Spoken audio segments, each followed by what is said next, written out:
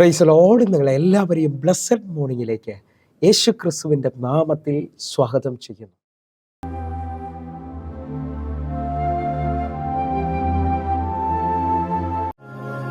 ആശ്രയമീശോവിൽ ഇന്നതിനാൽ ഭാഗ്യവാൻ ഞാൻ ആശ്വാസമെന്നിൽ തന്നതിനാൽ ഭാഗ്യവാൻ ഞാൻ കൂരിരുൾ മൂടും വേളകളിൽ കർത്താവിൻ പാദം ചേർന്നിടും ഞാൻ. കൂരിരുൾ മൂടും വേളകളിൽ കർത്താവിൻ പാദം ചേർന്നിടും ഞാൻ. കാരിരും പാണിയിൽ പാടുള്ള പാണിയാൽ കരുണ നിറഞ്ഞവൻ കാക്കുമെന്നെ.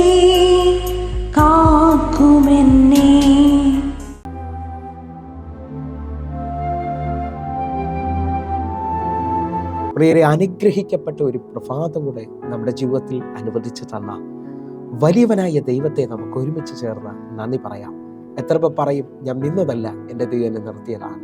ഒന്നുകൂടെ പറഞ്ഞു കഴിഞ്ഞാൽ 2025 ജാനുവരി മാസം 10 തീയതി വരെയും എന്നെയും എൻ്റെ കുടുംബത്തെയും കണ്ണിലെ കൃഷ്ണമണി പോലെ സൂക്ഷിക്കുകയും വിടുവിക്കുകയും ചെയ്ത വലിയവനായ ദൈവത്തിന് നന്ദി പറഞ്ഞുകൊണ്ട് ഈ പ്രഭാത ചിന്തയിലേക്ക് നമുക്ക് ഒരുമിച്ച് അടുത്തു വരാം. വലിയ ദൈവപ്രവൃത്തികൾ വെളിപ്പെടുവാൻ പോകുന്നു. പ്രിയരെ, പ്രാരംഭവാക്യത്തിലേക്ക് 34-ാം സങ്കീർത്തനം അതിന്റെ 15-ാമത്തെ വാക്യം. യഹോവയുടെ കണ്ണ് നീതിമാന്മാരുടെ മേലും അവന്റെ ചെവി അവരുടെ നിലവിളിക്കും തുറന്നിരിക്കും. പ്രിയരെ, ഈ പ്രഭാതത്തിൽ ദൈവം നമ്മോട് ഇടപെട്ട അനുഗ്രഹിക്കപ്പെട്ട വചനത്തിനായി നമുക്ക് ഒരുമിച്ച് ചേർന്ന് ദൈവത്തിന് നന്ദി പറയാം. ഈ പ്രഭാതത്തിൽ എന്നോട് ദൈവം ഇടപെട്ടത്, നീ കരഞ്ഞു തീരുമെന്ന് പറഞ്ഞ സ്ഥലത്ത് നീ ഇതുവരെയും കാണാത്ത വലിയ ദൈവപ്രവർത്തികൾ ദൈവം വെളിപ്പെടുത്താൻ പോകുകയാണ്.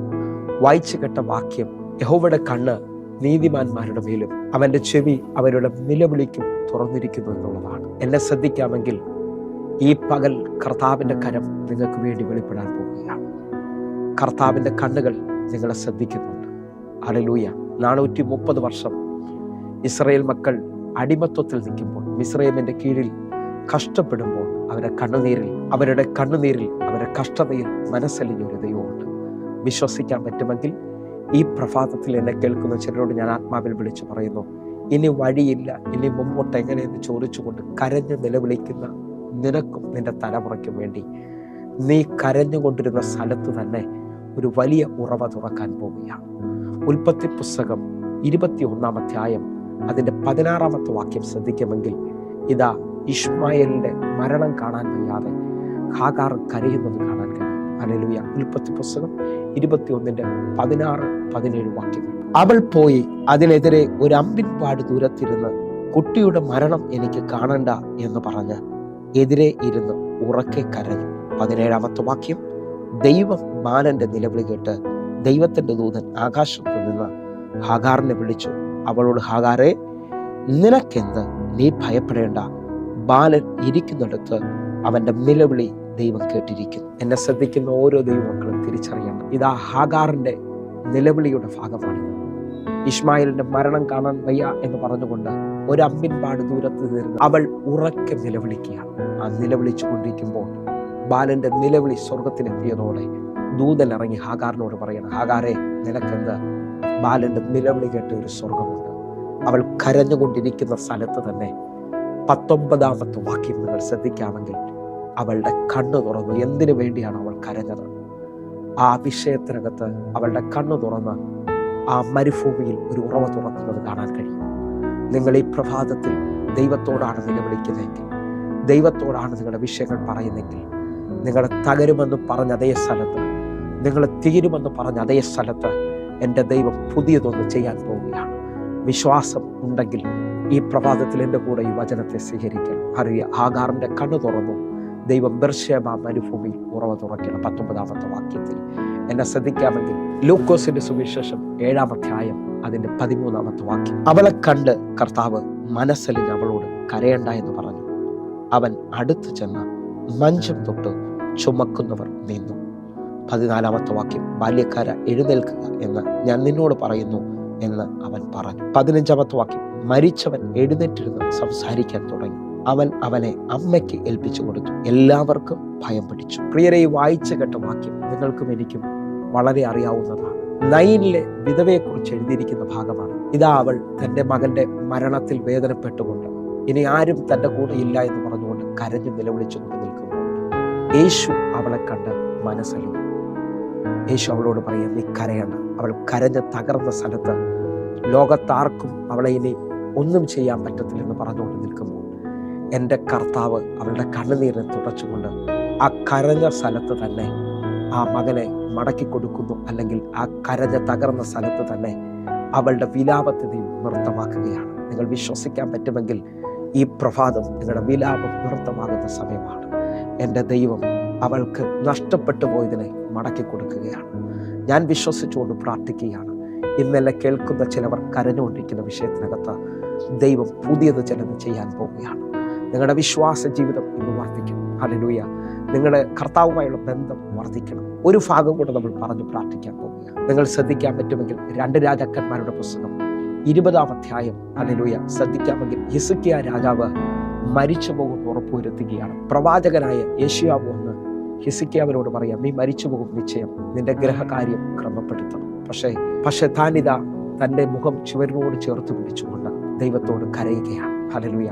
ദൈവത്തിന് മുമ്പാകെ നടന്നത് ഒന്ന് ഓർക്കണമേ എന്ന് പറഞ്ഞുകൊണ്ട് ഹിസ്കിയാവ് കരയുമ്പോൾ പ്രവാചകനോട് ഇടപെട്ട ദൈവം വീണ്ടും ഇടപെടുകയാണ്. ഹിസ്കിയാവിൻ്റെ കണ്ണുനീരിൽ 15 വർഷം സൗഖ്യത്തോടെ ഹിസ്കിയാവ് ജീവിക്കുകയാണ്. നിങ്ങൾ വിശ്വസിക്കാൻ പറ്റുമെങ്കിൽ നിങ്ങൾ തീരുമെന്ന് ഉറപ്പുവരുത്തിയ സ്ഥലത്ത് ഇന്ന് എൻ്റെ കർത്താവ് ഒരു മറുപടി പറയാൻ പോവുകയാണ്. ആർക്കും പറയാൻ പറ്റാത്ത മേഖലകളിൽ, ആർക്കും ചെയ്യാൻ പറ്റാത്ത മേഖലയിൽ എൻ്റെ ദൈവം മറുപടി പറയാൻ പോകും. ഒന്നുകൂടെ ശ്രദ്ധിച്ചു കഴിഞ്ഞാൽ ഹല്ലേലൂയ, ഒരു ഭാഗം കൂടെ ഒന്ന് തൊടുകയാണ്. യോഹന്നാന്റെ സുവിശേഷം 20-ാം അധ്യായം 11-ാമത്തെ വാക്യം. എന്നാൽ മറിയ കല്ലറയ്ക്കൽ പുറത്ത് കരഞ്ഞുകൊണ്ട് നിന്നു. കരയുന്നതിനിടയിൽ അവൾ കല്ലറയിൽ കുനിഞ്ഞു നോക്കി. 12-ാമത്തെ വാക്യം. യേശുവിന്റെ ശരീരം കിടക്കുന്ന ഇടത്ത് വെള്ള വസ്ത്രം ധരിച്ച 2 ദൂതന്മാർ, ഒരുത്തൻ തലയ്ക്കലും ഒരുത്തൻ കാൽക്കലും ഇരിക്കുന്നത് കണ്ടു. വായിച്ചു കേട്ട വാക്യം നമുക്ക് എല്ലാവർക്കും സുപരിചിതമാണ്. മറിയ തന്റെ പ്രാണപ്രിയന്റെ വേർപാടിൽ ആ കല്ലറയ്ക്കൽ മുമ്പിൽ നിന്ന് കരയുക. ആരും കരയാത്തതുപോലെ അവൾ കരയുന്നു. ശിഷ്യന്മാരെല്ലാം അകലം പ്രാപിക്കുമ്പോൾ, ആരെയും കാണാതെ നിൽക്കുമ്പോൾ അവൾ ഒറ്റയ്ക്ക് ആ കല്ലറയുടെ മുമ്പിൽ കരയുക. വേർപാടിന്റെ ദുഃഖം ഭയങ്കര വലുതാണ്. ഈ പ്രഭാതത്തിൽ ചിലവർ വേർപാടിന്റെ ദുഃഖം അനുഭവിക്കുന്നവരുണ്ട്. ഇനി ആരും സഹായിക്കാനില്ലെന്ന് പറയുന്നവരുണ്ട്. പക്ഷെ മറിയ കരഞ്ഞുകൊണ്ടിരിക്കുമ്പോൾ തന്നെ അവൾ ആ കല്ലറയിലേക്ക് മുന്നിൽ നോക്കുമ്പോൾ ഇതുവരെയും കാണാത്തൊരു കാഴ്ച അവൾ കാണുന്നു. അവൾക്ക് മറുപടിയായി 2 ദൂതന്മാർ ആ കല്ലറയ്ക്കകത്ത് നിൽക്കുന്നു. വിശ്വസിക്കാൻ പറ്റുമെങ്കിൽ ഇന്ന് നിങ്ങളുടെ ഒരു സൂപ്പർ നാച്ചുറൽ കാണാൻ പോവുകയാണ്.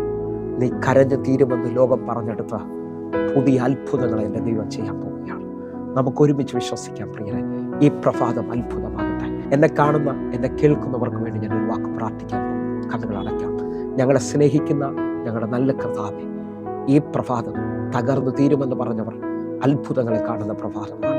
യേശുവിൻ്റെ നാമത്തിൽ ഞാൻ ഇവരെ ഏൽപ്പിക്കുന്നു. അത്ഭുതം നടന്നതിനായി നന്ദി.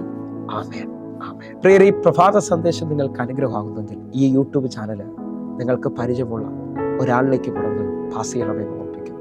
കാരണം ഈ വചനങ്ങൾ ചിലവരെ മോചിപ്പിക്കും, ചിലവരെ കണ്ണുനീര് തുടയ്ക്കും.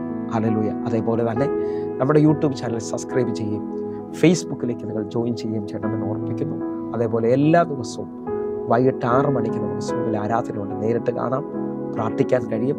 നിങ്ങളും ജോയിൻ ചെയ്യണമെന്ന് ഓർപ്പിക്കുന്നു. കർത്താവ് നിങ്ങളെ മാനിക്കട്ടെ. കർത്താവിൻ്റെ വലിയ കരം നിങ്ങൾക്ക് വേണ്ടി വെളിപ്പെടട്ടെ. God bless you. ആമേൻ.